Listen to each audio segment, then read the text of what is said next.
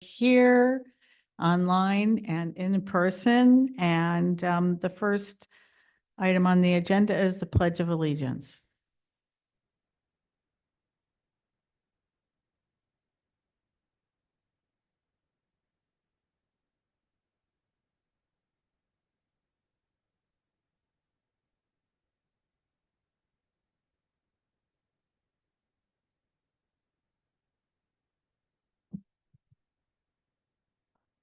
We have two board members absent this evening, but we have plenty here for a quorum, and so we'll get right into it.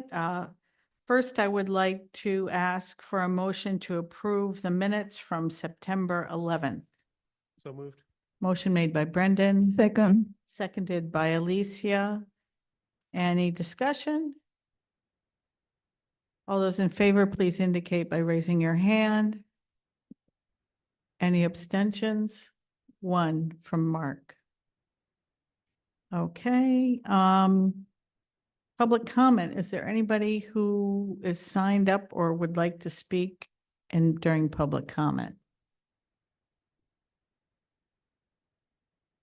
Okay, I don't see anybody online with their hand up, so we'll go ahead and move to board chair's report.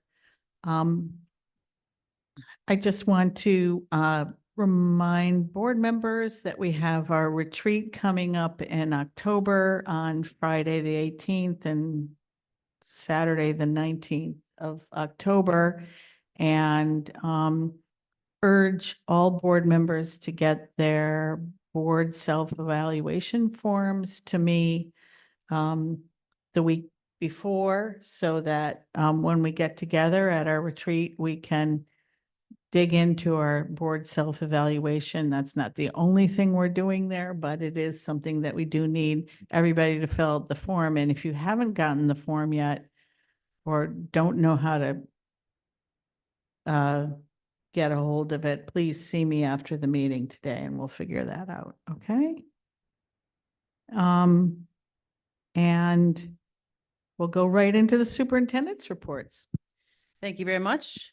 First on my agenda, on my report, is just an update for the community about the elementary school consolidation. Just to let everyone know that the board chair and I went to the Board of Finance on September 18th to update the Board of Finance on where we are in the process. They had actually reached out and asked for an update. You can see the letter I provided to them, so board members have a copy. We also had a trip, a little field trip we took, myself and 4 board members, went out to Brookfield yesterday to see the Brookfield Elementary School, and I'll let board members comment on if there's anything they'd like to share. But in the packet is also the presentation that many of the pictures are from the elementary school that we saw, that was put together for us by Arcadis, which is the firm that's been hired to do the planning part of the elementary consolidation. So I don't know if there's any comments the board members would like to share from the trip to Brookfield yesterday. Is there anything, Dionisi, Mark, Paula, and I were able to go, and we'll be happy to give a full report at our next committee meeting. But it was astonishingly beautiful.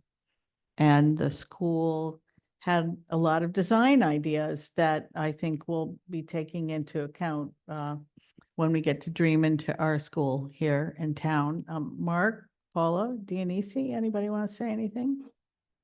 No, I would agree with you. The school was gorgeous and well laid out. They had well thought out in how they were moving kids and the setup with the gyms and the multipurpose rooms and all of their, as you say, advanced stuff with the soundproofing and the carpeting, and it was amazing. Yes, it was beautiful, but also functional. Everything that it was selected has a use and a multiple purpose. It wasn't just one item sitting there for one use, and that was amazing to know. It was very, very efficient place and infrastructure. And for people who may be listening or watching this, the reason this school was chosen is it's an example of a town that consolidated its elementary schools into one school. So we're trying to learn from what other people have done. And I do want to mention that we have 2 more school tours planned, one on Monday, the 30th. We're going to a school in Rocky Hill. And on Tuesday, the 1st of October, we're going to the Mansfield middle school, right? Oh, No, like consolidated elementary school. I got confused, sorry. So we'll be looking at those, and if board members would please indicate, not right now, but by the end of the meeting, at the end of the meeting, let me know if you plan on coming on either of those so we can arrange carpools. Thank you. Next time my report is just an update. It was discussed in finance and audit earlier, but this is just to let the full board know that just recently the district was made aware that our projections on the Alliance grant did not come through exactly as we had anticipated. In fact, there's a $536,942 deficit. Essentially, what we learned is that the town of Windham has demonstrated some improvements in terms of their property values and income wealth, which means they view that as the district not needing as much money because the town has a higher wealth threshold. So we are discussing that and what next steps will come about as a result of that, but I wanted the board to be aware. Actually, we're going to be adding an agenda item onto our agenda today. And you'll hear more from Mark when he gives the finance committee report about what we're doing as a result of that decrease in the ECS money, because it caught us off guard to have more than a $500,000 hole in our budget. It's nothing that we had planned on. Thank you very much. Continuing on the topic of budgets, again, this was also discussed in finance and audit, but we have confirmed with the state what we had anticipated, and that is that the MBR, the minimum budget requirement, cannot be reduced, cannot be lowered on an alliance district. So conversations have come up with the impending closure of Windham Center School. We've heard folks in the town level talking about reducing the MBR, potentially requesting to reduce the MBR, but it is not allowed. You cannot reduce the budget of an alliance district. So we have confirmed that with the state. Wanted everyone to know. Next up is just to bring the board up to speed on our attempt or our efforts to find the next STEM magnet principal. We have the first round of interviews scheduled for October 10th. The HR department is putting together the interview committee. Board members I have a volunteer from the board, so I appreciate that. There will be a board member involved in the committee process. It is a multi-level process. There'll be 3 rounds total. So we're looking forward to flushing out the best candidate for this job. I don't know if there's any questions. Next up is just to let the board know that we'll be taking part in 2 types of walkthroughs this year. Smaller individual school-based walkthroughs will take place with a plan to make sure our teachers get the actionable feedback they need to, improve practice. And a larger walkthrough will take place with cross schools, larger teams of folks moving in and out of classrooms. Both of these types of walkthroughs will focus on Tier 1 instruction and equity. The leadership team is actually going through a formal training on November 1st so that we are all well-versed in what exactly equity walkthroughs are looking for. Board members are welcome to take part in the district walkthroughs. I've given you the fall dates. You're also welcome to take part in the November 1st professional development if you'd like. So I wanted you to know those invitations are open. Do you want people to RSVP to somebody in Sure. particular if they plan on showing up? I'd say send an email to Holly. I think that's what we had asked. I'm not sure, but yes, Holly should be notified. Right, so that we know which school at what time. Sure. And next is just the board has been given a list of the Hispanic Heritage plans at each of our schools. I will tell you that I spoke to the Sweeney principal today, and I know that October 16th has been identified when we put together this list. They were going back and forth about whether it would be the 16th or the 18th of October. They settled on the 16th. This just gives board members an opportunity to see what each school has planned for their Hispanic heritage celebrations this month. I should add that if you're an ambassador liaison to one of the schools, you should probably see if you can make an attempt to go to your school for the event if possible. Sure, always welcome. And last but not least in my report is just to let you know that I have the high school leadership team here. They are going to be during our workshop or during our discussion portion of the board meeting. They're going to be giving you an overview of Windham High School in terms of academic programming, school climate, NEASC accreditation, and all sorts of information about the high school. So that'll be coming right up, and they're already here. That's all I have. Thank you. Any questions for Tracy? Okay, seeing none, we're going to go on to committee reports. And Mary, I'm going to turn it over to you for curriculum. We didn't meet because no one showed up for that meeting. Okay, no quorum then. Okay. Maybe we should talk about that, Mary, you and I offline. Okay. Thank you. I just want to add that Holly and I are actually going through a portion of the Roberts Rules book to figure out how we can, what we can propose happens when a committee comes across, doesn't have a quorum. So we're actually looking into it to try to make some recommendations. Thank you. So personnel, Paula? Okay, personnel met this past Monday, and we went over HR updates, which included lots of work on the IED report to address feedback that was obtained from the Connecticut Department of Education.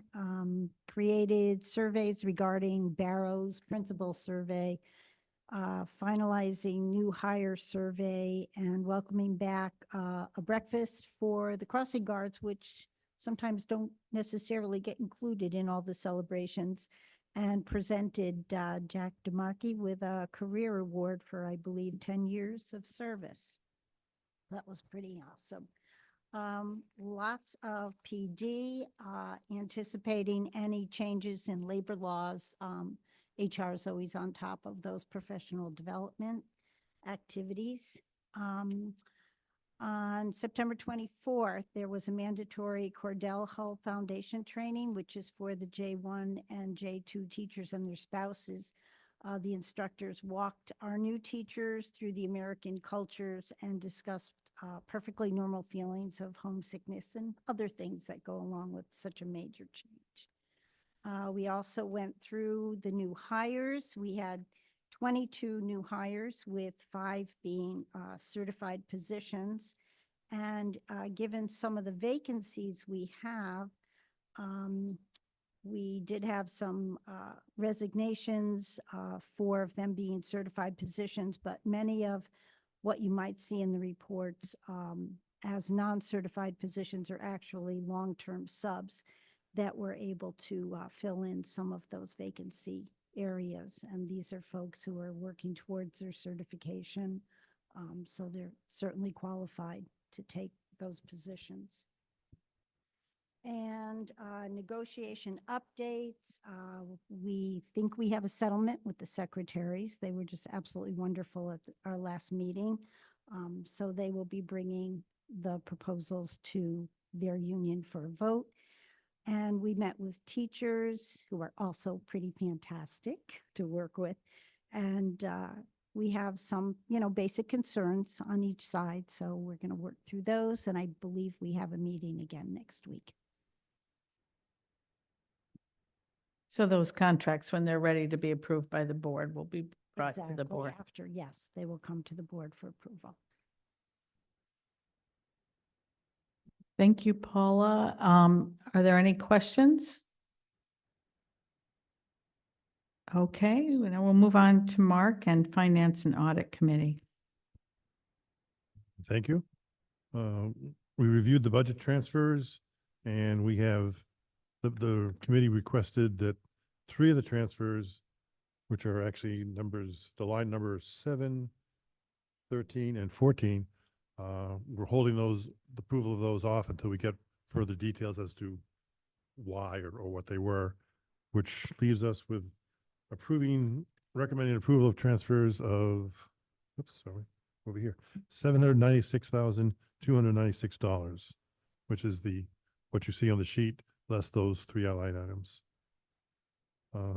We did review the health insurance again, and after exhaustive research, it comes to pass that it's just too expensive for us to try and bite off when it's not been budgeted. Right now, we're looking at additional cost of somewhere in the vicinity, I guess, of 600,000. So the committee is recommending to the administration and that we look at this again and incorporate it actually into our budget planning for the 25-26 budget year. So that the committee is not recommending that we try and do the transfer to the state plan now, just because we don't have it in the budget, but to make our earnest attempt to budget it into if we can, the next year. We also discussed the ECS hole, if you will, and the recommendation of the committee is that the board make a formal request to the Board of Finance to meet to discuss how the town can help alleviate the heartache that would be caused by that $536,000, because the ECS grant was reconfigured after our budgets were set. The state used an updated set of numbers to reconfigure what they were going to give us in ECS money. And finally, we discussed the moving money from the Windham High School bank and the CDs more into control. Going to be put them onto munis, run them through the finance office, and have the money transferred so it's in the town account, so we have more accountability for those funds.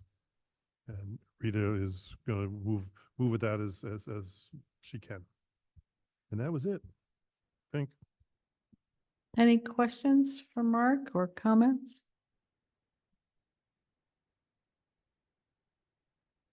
Okay, thank you very much, everybody. And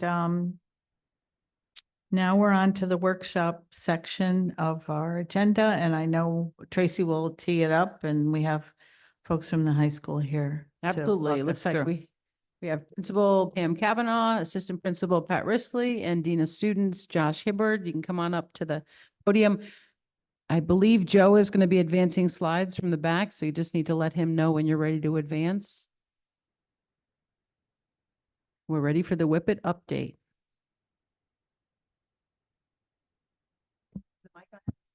Is the mic on? Did you press the? Hello, everybody. Okay, our presentation tonight is going to include information about the Renovate as New project, our academics, college and career pathways, our climate and culture, an update on NEASC accreditation, and plans to recruit our incoming 9th grade, the current 8th graders. Next. So our Renovate as New project is just about complete at the high school. Last night at our block party, which is our open house for the for our whole school, we had our library media center grand opening.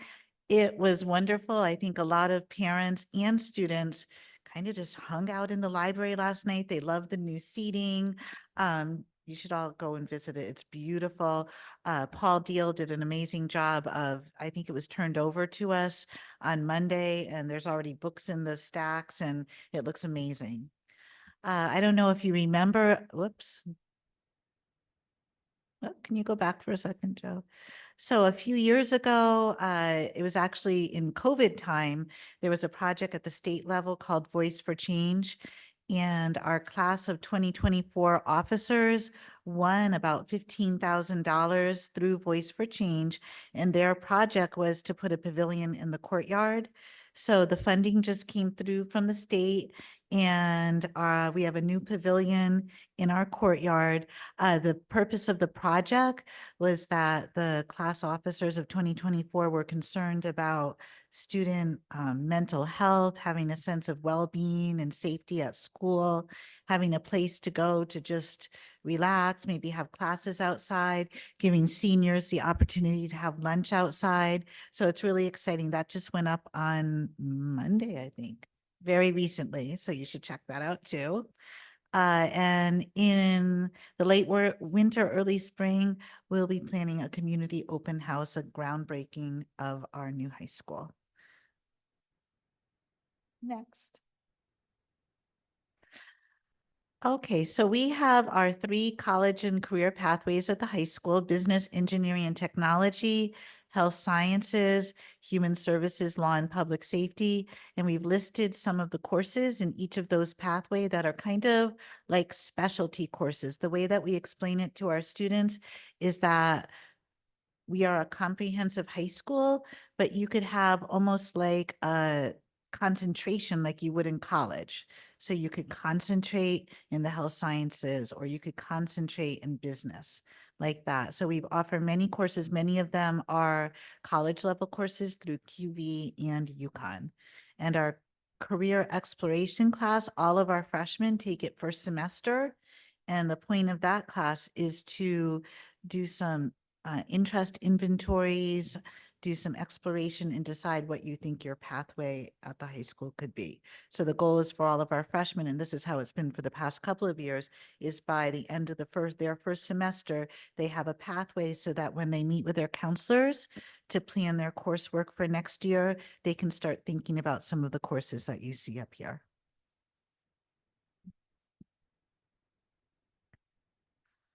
So I'm really excited to tell you that we are now part of the Youth Manufacturing Pipeline Initiative and also the Youth Healthcare Pipeline Initiative.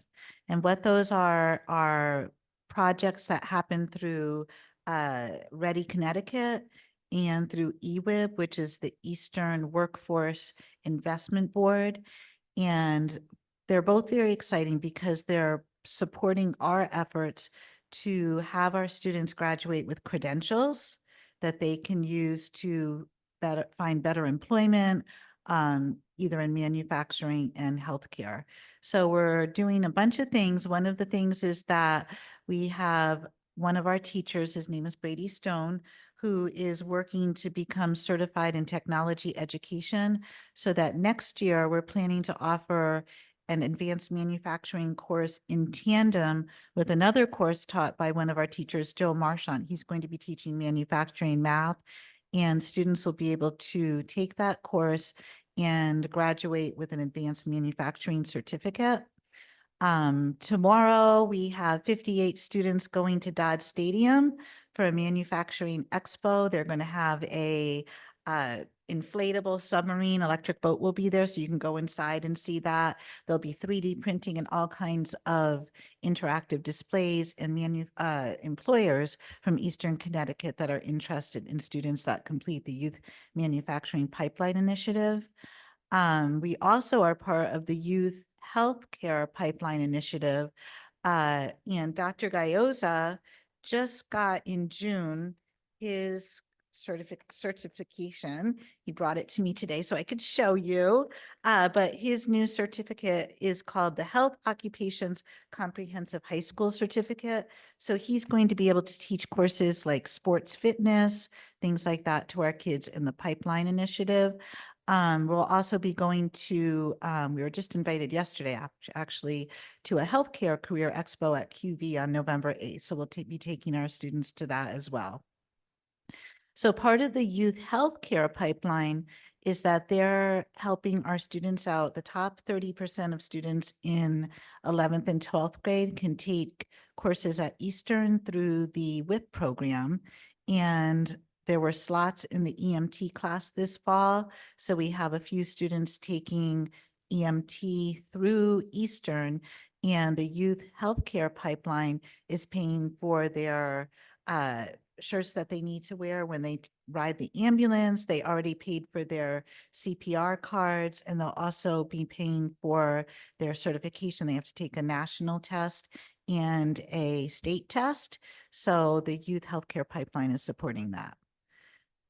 They are also extremely interested, Kaylee Marlar and Dr. Youngberg had a great idea of having the CNA boot camp.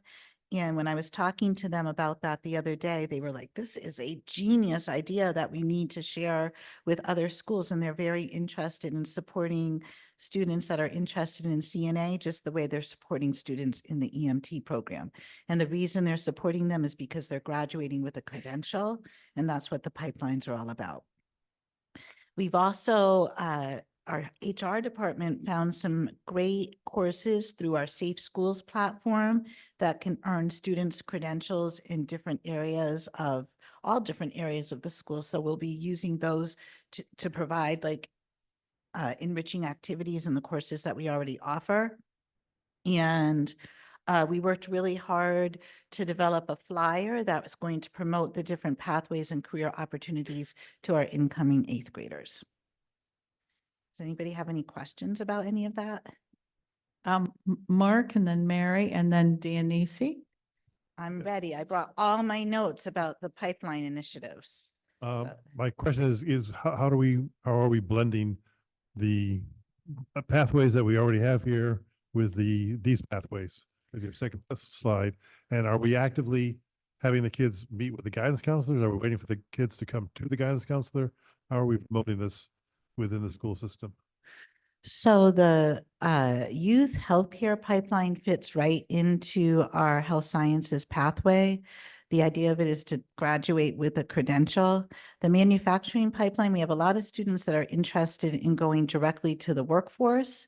And the youth manufacturing pipeline provides opportunities in manufacturing throughout Connecticut. And I can tell you, I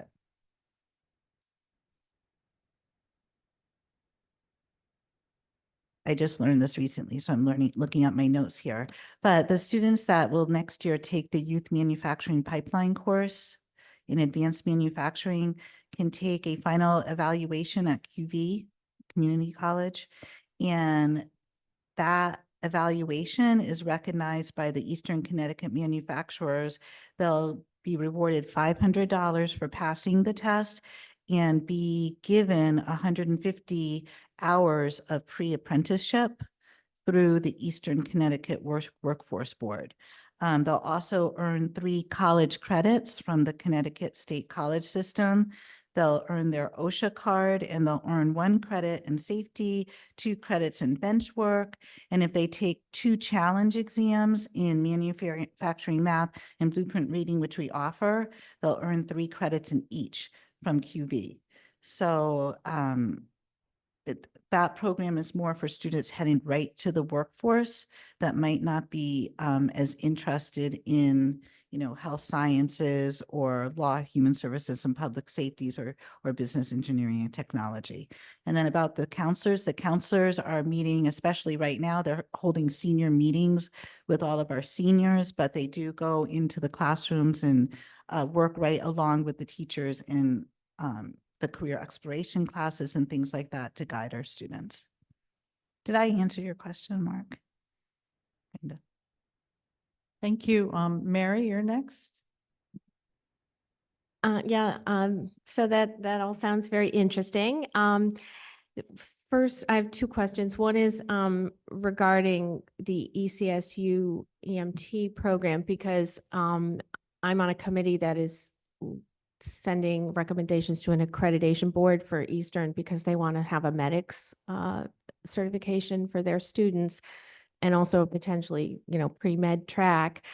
And there's very strict requirements about the students completing, the sequence of courses and things like that. And I would like to know how we are supporting our students and letting them know the importance of sustaining this, attending the classes, finishing the program, because we will not be given these opportunities if, if we don't show up and meaning our students, but there are ways that we can support them and need also the buy-in from the parents or guardians.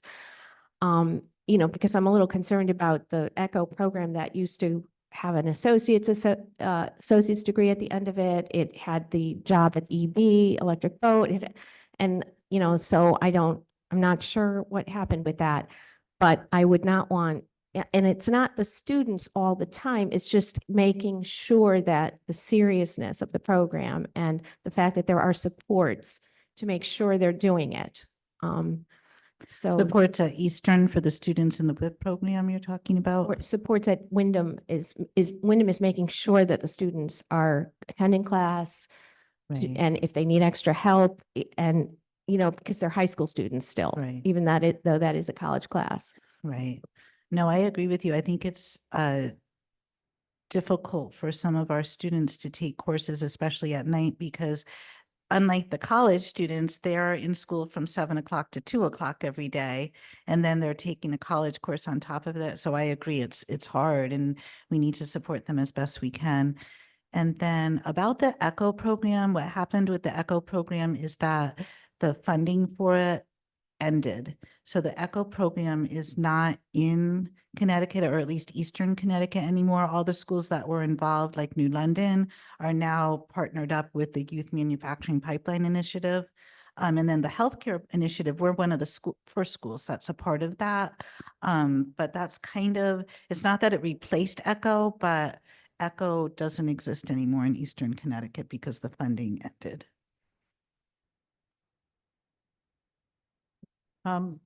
Thank you. And now we're on to Denise. Yeah. I love to see that the students have some options and opportunities. I would like to just recommend trying to, look for something agriculture or forestry in that type of, field. Also will be great to offer, as many of the students already has that knowledge naturally when they come from other countries. And parents, where can I find these as a parent, this information, in order to look through and to help my child to select? And another question, is it available in Spanish?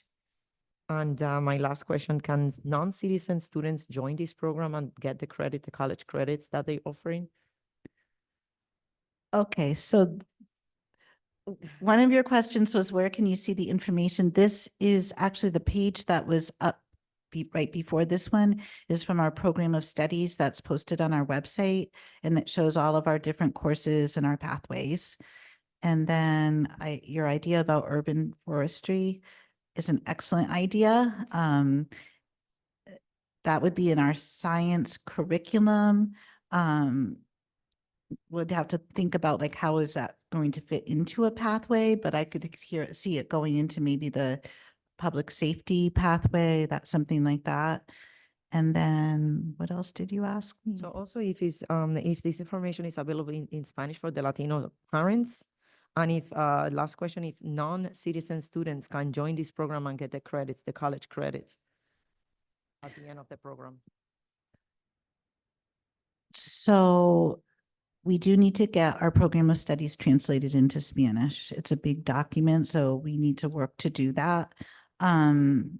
We do, our school counselors are all bilingual. So when they meet with parents and students, all 4 of them are bilingual, so they can help with that as well. And then, I'm sorry, I forgot the second part again. Yeah, if non-citizen students can join the program, and if they can get the credit through the, at the end of the program, college credits has been offered. So all of our students can get the college credit from the Manufacturing Pipeline Initiative. Yes. Non-citizen students, like Yep. this, your status doesn't say, okay. Yep. Yes. Anything else from board members on this part of the presentation?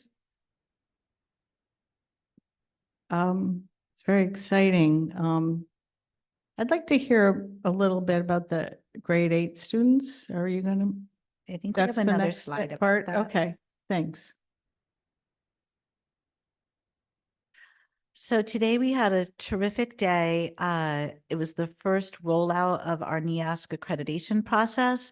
And Mr. Francis Kennedy came. He's one of the associate directors of NEASC.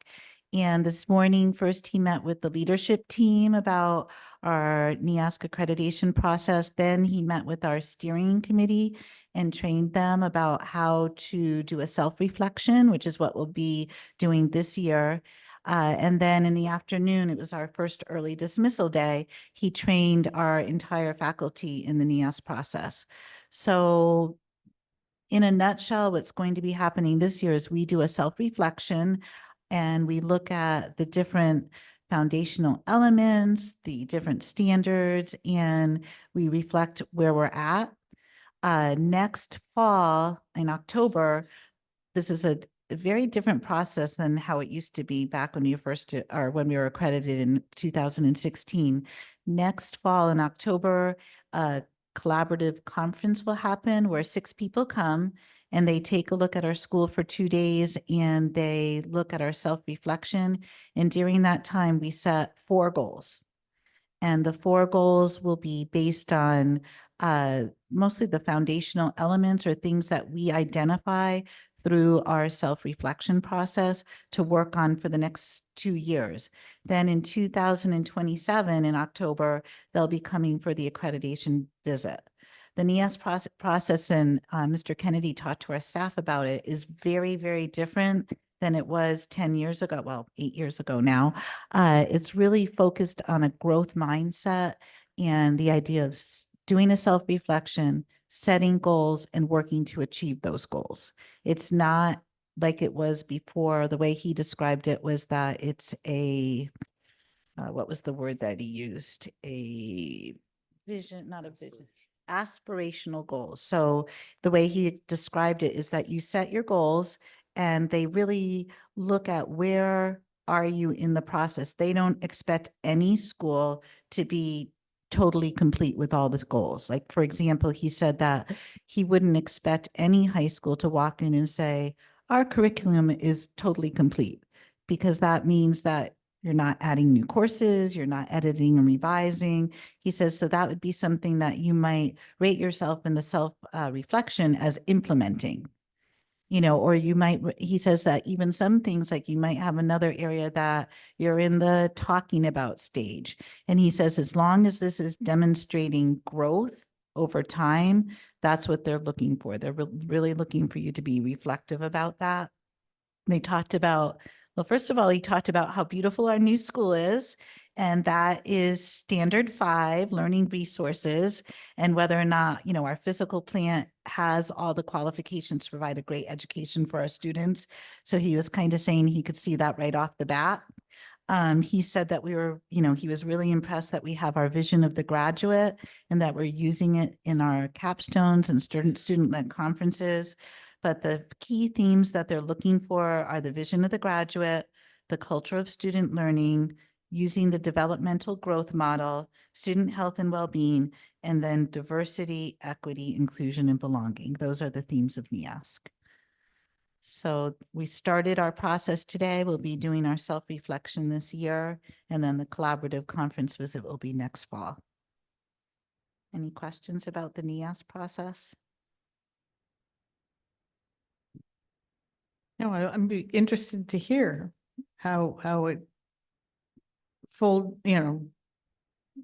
evolves Right. over the process, because it sounds very different. It is extremely different. Yeah. Any other questions? No, I think you can keep moving. Yeah, you did. I that did one. all that. Okay, here are some of our clubs and activities that we're running this year at Windham High School. And at the bottom, it says school store. So our marketing honors class meets period 5, which was by intention. Period 5 is when we run our lunch wave. So coming soon, our school store is opening up. It's still going to be called, say it. They made us bowl. the dog bowl, just like it was before. So we've been taping it for the kids. They've been making a promotional video of the school store and they keep coming up to us and saying, say the dog bowl. So it's still the same name it was before. It'll be open during our 3 lunch waves. And we're really excited to open up the school store. Okay, we have put some of our attendance, cell phone and discipline data up on the slide here. We're working extremely hard with attendance. We were trying to be very proactive about decreasing our chronic absenteeism rate. The leadership team, along with family liaisons from the district, visited 251 homes this summer and talked to families about the importance of attendance at school. The families that we talked to are students that might have had challenges with attendance last year in 8th, 9th, 10th, and 11th grade. Cell phones, our new cell phone protocol is that we haven't had lockers since before the renovation started. So the lockers are in. And so now the rule is that when you get to school between 7 and 7:20 in the morning, that's where your cell phone goes if you bring it to school, and then you pick it up at 2:00. And 98 to 99% of students have been compliant with that. Teachers are so happy. They're talking about having to spend additional time planning lessons because all the students have been so engaged. So we kind of fronted this information when we visited all the homes over the summer. We did a flyer that we sent home over the summer, and we did some all calls before school started. So we were actually really impressed that this started on the first day of school, and we kind of thought, oh, there's going to be a revolt or something, and it's been very smooth. I mean, maybe 10 or so cell phones are confiscated each day if a student, has them out in class. And this year, we just want to stress that we have a new program called the Academic Success Center. It's a room in the main hallway run by a tutor, and it's a place where students can go for lots of reasons. One could be that they were absent from school for whatever reason. Maybe they were sick for a couple of days, and then they might feel awkward going back into a classroom without being caught up on their work or that kind of thing. So they can go to the Academic Success Center, or sometimes students might be feeling anxious about walking into class for whatever reason. So the tutor in the Academic Success Center is prepared with the students' work and there to support students if they need a space to be for a day. We have our peer mediators with Mrs. Godbout and Mr. O'Keefe running it. And we've already had 2 very successful peer mediations this year with the trained mediators that you learned about last year. So that we're happy about that. We're also working with the Windham Prevention Coalition, who have come in and talked to us about issues that students might have, around substances and vaping and things like that. So we're partnering with them. So far this year, we've had 5 OSSs and 6 ISSs. Those are unique students. Thank you. Does anybody have any questions on that? That's exciting about the cell phones and Yes. the receptivity on the home visits. What did staff find, that parents Want to were? talk a little bit about that? They were very positive. Maybe you want to share some of your experiences? A lot of home visits. Yeah, we made a lot of home visits, as you can see, 251 home visits this summer. The parents were very receptive. When we mentioned, we obviously were there to talk about the importance of attendance. But as we're talking with them, we talked about some new initiatives and focus areas for the year. And we felt that, removing the cell phones from the classroom was a big goal for us. And they were all in favor. Most of the people, I didn't hear one negative comment when I was talking with the parents. They were all in favor of it. They knew it was a distraction. They know the dangers of social media and everything else. So they thought it was a big positive. So I think us getting ahead of it by talking to a lot of parents in the home visits has helped us be successful right now, early in the fall here. Josh, I don't know if you want to include your home visits. I just want to say, obviously, you folks remember it's been a little less than a year that I came on board. And so being able to take part in the home visits actually helped me to get to know the community better. And it's been super useful in my work with the kids. Really has. So we were all over Willimantic and Windham and, we were talking to parents, but, they come on over here, you need to hear this, and talking to the students too. So it was really, I love going out to homes because it just gives you a sense of, community and what Wyndham's all about. And they were very positive. That's great. Thank you. So there's more. So this year on September 5th, the district learned that we were identified as a focus school based on high needs performance in science.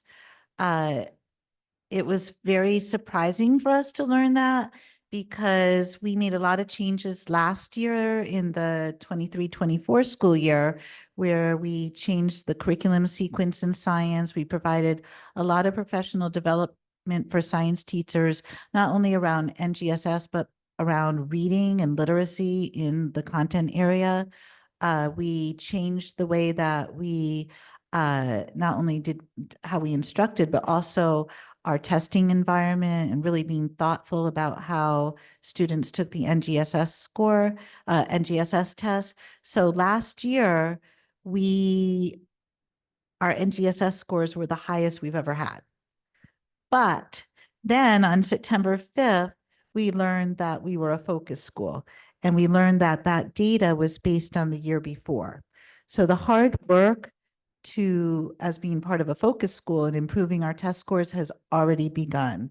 And, with the highest scores that we ever had last year shows that the work is really improving. So we're going to be providing a science update 3 times a year to you and also to our SGC, our School Governance Council. And we intend to have 3 consecutive years and more of improved data in science. And you already have year 1. And year right? 1 has already been happened done. with, the increase in scores. So I think one of the most effective things that happened was that we did have one of it's a science test. I used to be a science teacher, but it's also a lot of reading. There's more reading on the NGSS than on the SAT. And one of the strategies that I think was most effective was that one of our English teachers worked in tandem with the science teachers and really, dissecting how to read this nonfiction text. So I think that was a really good strategy that we used. Does anybody have any questions on that?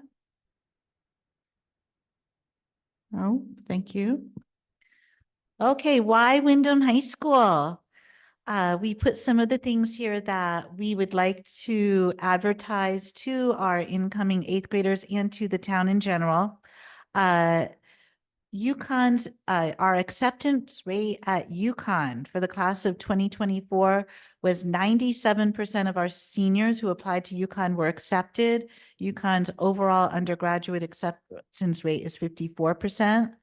The number or percent of our students completing college credits exceeded the state average. Last year, 95% of our 11th and 12th graders took enough college credits to meet the state requirement for college and career readiness. This is the next point is what I just spoke about, that we had the highest achievement levels on the next generation science assessment since it began in 2017. So our science program is working really hard. Joe.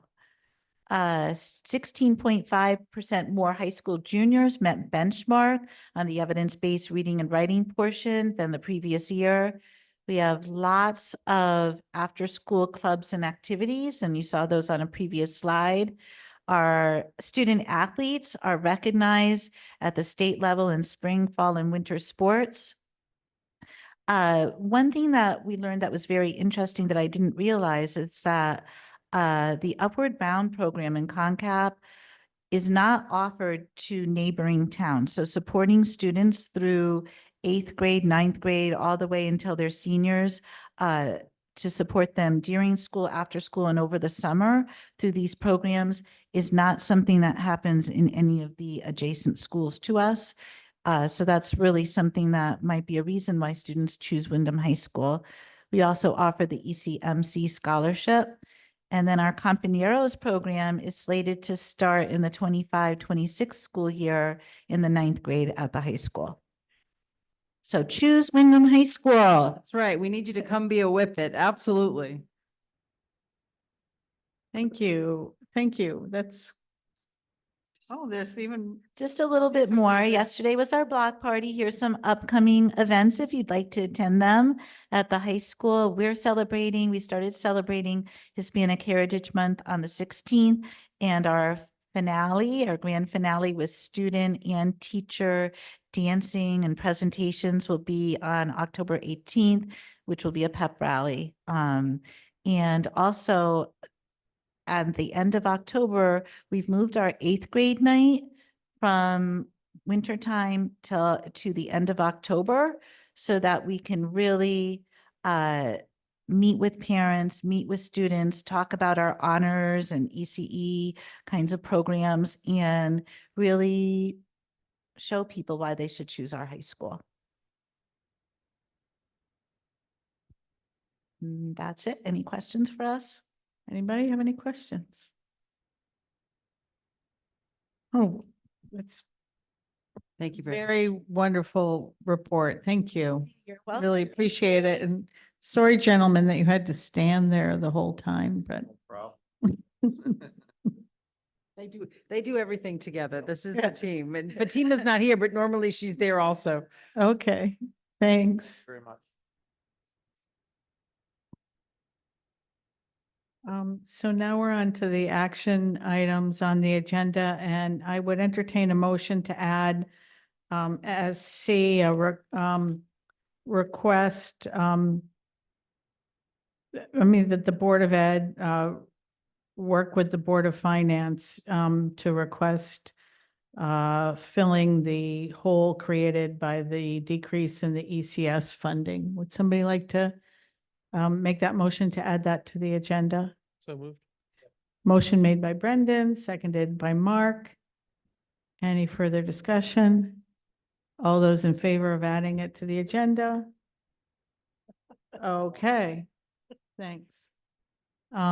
So first item is approval of the field trip for North Windham School to go to Old Sturbridge Village on November 14th. Would somebody make that motion, please? So moved. Motion made by Mark. Seconded by Alicia. Any further discussion? Okay, all those in favor, please indicate by raising your hand. Oh, it must have changed a lot from when we went, when I was a kid. That's part of its charm. Oh, I hope it's changed some. It would not be very PC. I'm sure you But, can still recognize your home.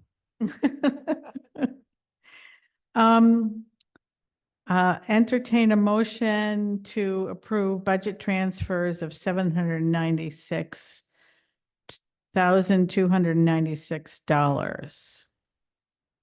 Motion made by Paula, Second. seconded by Mark. Any discussion? All those in favor, please indicate by raising your hand. Okay, and then finally, I'd entertain a motion to move forward on requesting from the Board of Finance a way to address the hole that was created by the decrease in ECS funding. So moved. Second. Motion made by Mark, seconded by Brendan. Any further discussion? All those in favor, please indicate by raising your hand. Great. I will let the board know when we get on the agenda for that, if anybody wants to come and support us. And then finally, is there any public comment? Okay, I entertain a motion to adjourn at 7:55. We move. Meeting adjourned. Thank you, everybody.